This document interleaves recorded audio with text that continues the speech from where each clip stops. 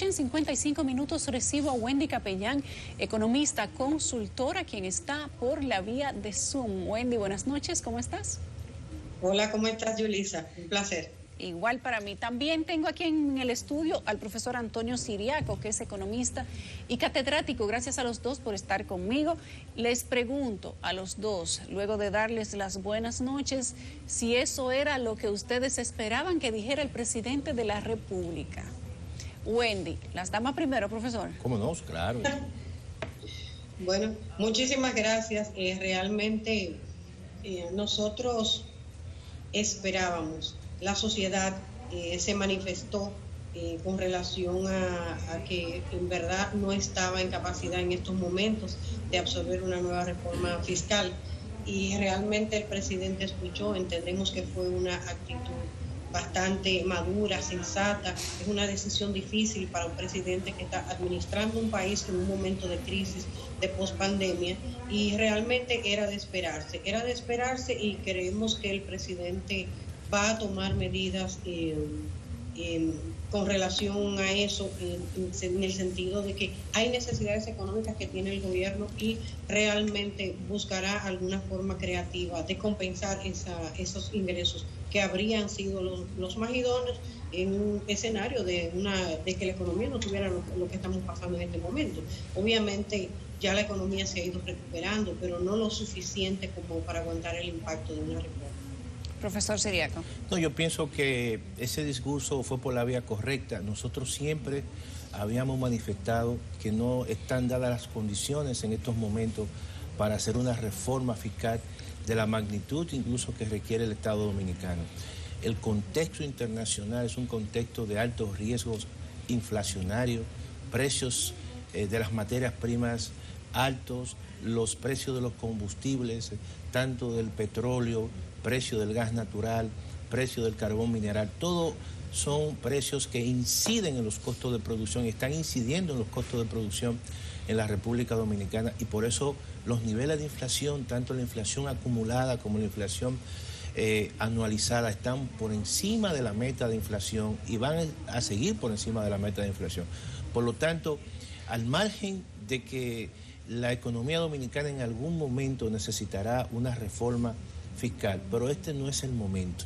Y yo pienso que el presidente de la República escuchó en cierta manera toda una gama de sectores que se oponían en estos momentos a la aplicación de una reforma fiscal. Pienso que el gobierno no va a terminar bien en su ejecución presupuestaria en términos de los recursos que tiene.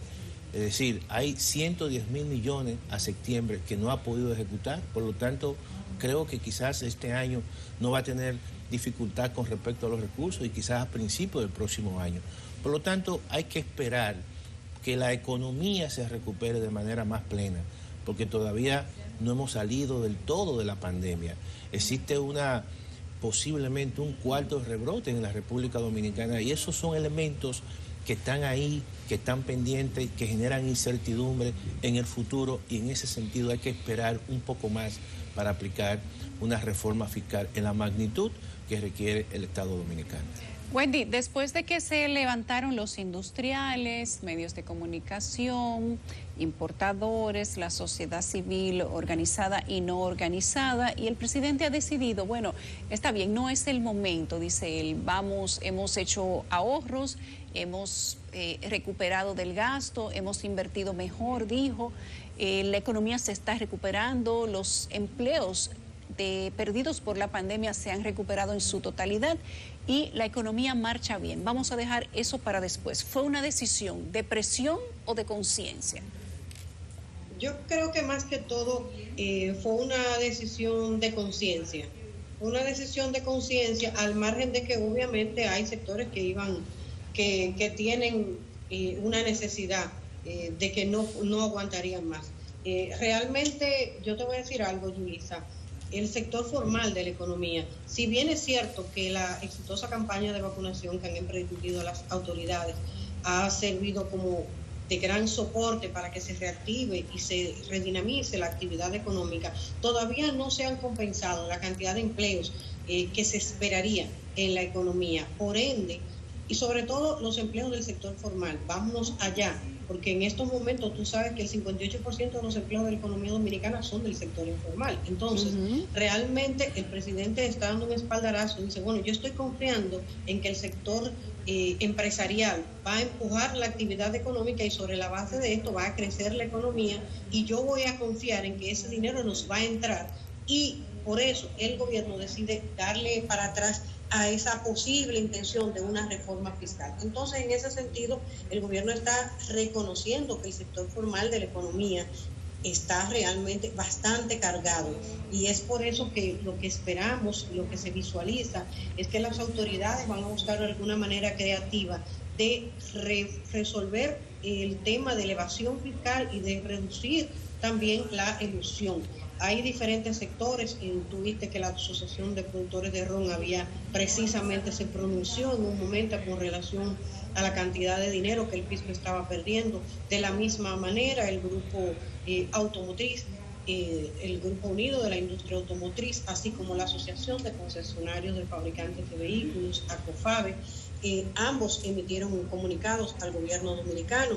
En el caso del Grupo Guía RD, Grupo Unido de la Industria Automotriz, realmente le manifestó en una carta al presidente la preocupación respecto a las cargas que ya tiene el sector automotriz en este momento, que como decía Ciriaco, en que la economía está presentando muchas presiones que son externas.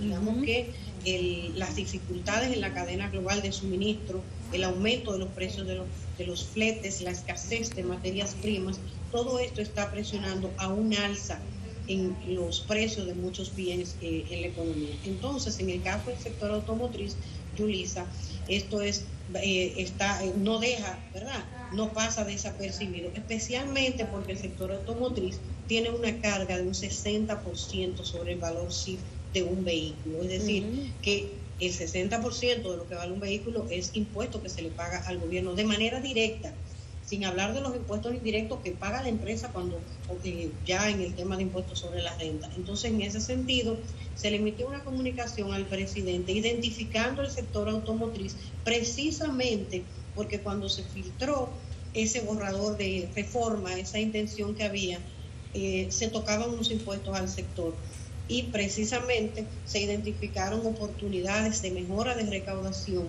porque realmente hay brechas muy fuertes que están afectando el erario público y como un paquete grande se identificaron más de 59.000 millones de pesos de impuestos. 59.000 millones de pesos. Así es, que pudiera estar el fisco recibiendo si implementa leyes que están vigentes y dinero que no se está cobrando. Simplemente aplicando la ley. Porque no se está aplicando la ley, así es.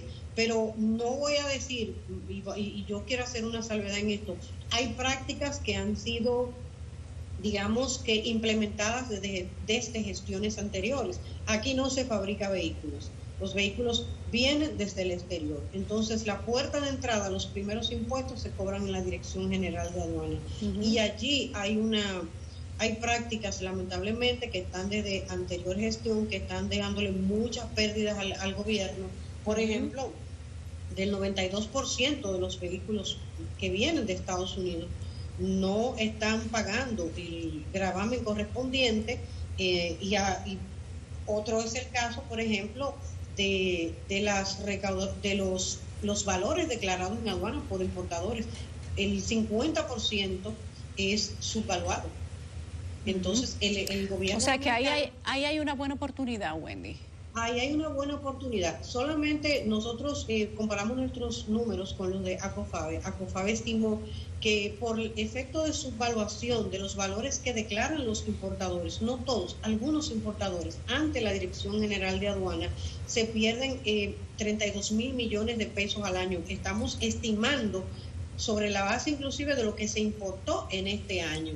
Y si tú te vas a lo que es el gravamen que debiera pagar las importaciones que vienen en virtud del DERECAFTA, porque no se están aplicando las reglas y procedimientos de origen tal y como está establecido en el Tratado de Libre Comercio. En ese sentido, solamente en enero-agosto de este año hay más de 4.000 millones dejados de percibir, que si tú lo cierras y proyectas a lo que sería la recaudación de lo que entraría y lo que falta por importarse ahora en Navidad, solamente por concepto del DERECAF estarían entrando en la República Dominicana 7.659 millones de pesos.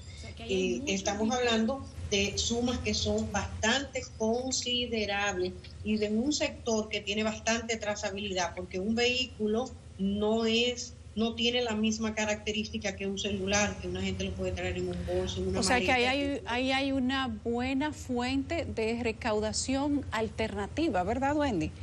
Así es, una fuente alternativa de impuestos. Muy y bien.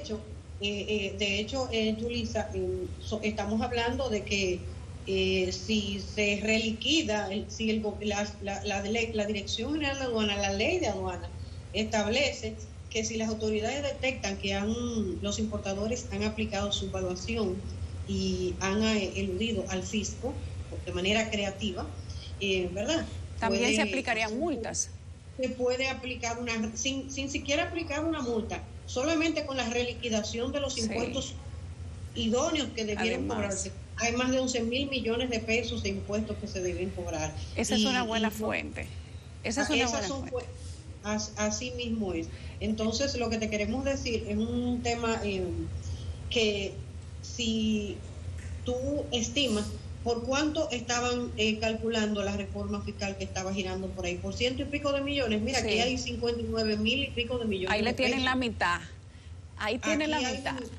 Profesor Siriaco. Mira, se le depositó una carta al presidente de la República para que él pondere esto con su equipo técnico y realmente sin hacer ninguna nueva carga, sin inventarse ningún nuevo impuesto, aquí hay dinero. Aquí hay 50 y tantos mil millones de pesos al año. Así mismo. Lo que hay que poner la casa en orden, Yulisa, ¿tú sabes por qué? Porque eso implica que hay alguien que está compitiendo deslealmente en el mercado, que está eludiendo al fisco y que se está haciendo más rico a costa de venderle a precio, digamos que de mercado a los consumidores, pero no está pagando el impuesto adecuado a las autoridades. Entonces, en ese sentido...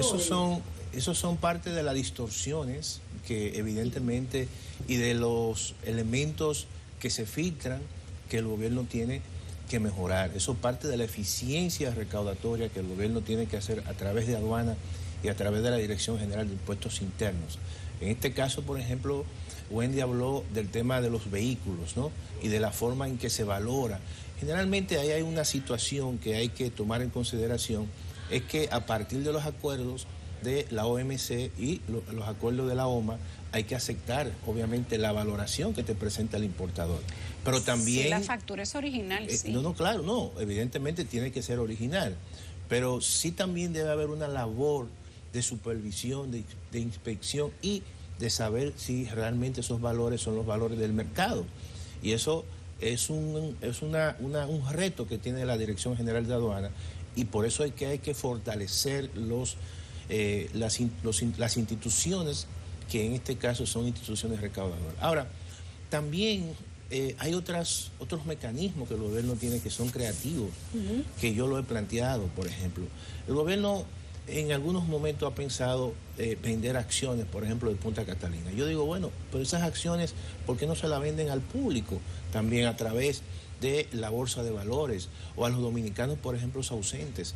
Todo eso son mecanismos creativos que el Estado puede, a partir de una situación quizá de emergencia que pueda tener, comenzar a aplicar. Ahora, yo creo que el gobierno, cuando uno analiza, y vuelvo y reitero, la ejecución presupuestaria, el gobierno no va a tener dificultad ni este año ni en los próximos meses de recursos.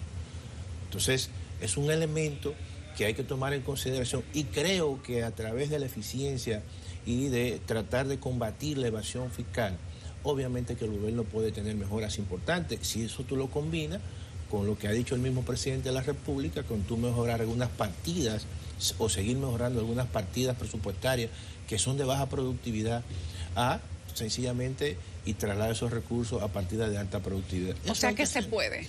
Claro que sí. Yo pienso que el gobierno puede aguantar este año y parte del año que viene. Y un elemento importante es que con el tema de las aduanas, Y el tema, por ejemplo, del incremento que ha habido en la base, es decir, en los costos, el transporte marítimo, flete, todo eso le conviene al gobierno porque la base sobre el cual recae el arancel es mucho mayor. Es mucho más Entonces alto, las recaudaciones se incrementan sencillamente por ese efecto.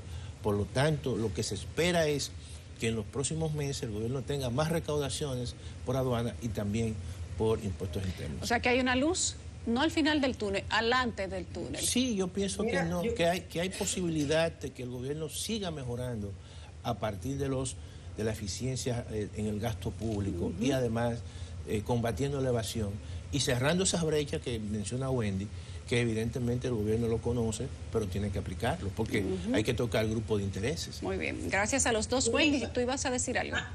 Sí, mira, Yulisa, efectivamente el sector automotriz identificó que durante lo que ha sido el transcurso de este año, calculando los valores CIF, que es el costo, seguro y flete, y proponía, digamos que haciendo una proyección de que durante el año 2022 se importe la misma cantidad que este año, vamos a decir que no se aumente mucho, solamente por reajuste del precio, solo en los vehículos nuevos se está calculando un reajuste de cercano a un 15% y en los vehículos usados que se han disparado un 25%.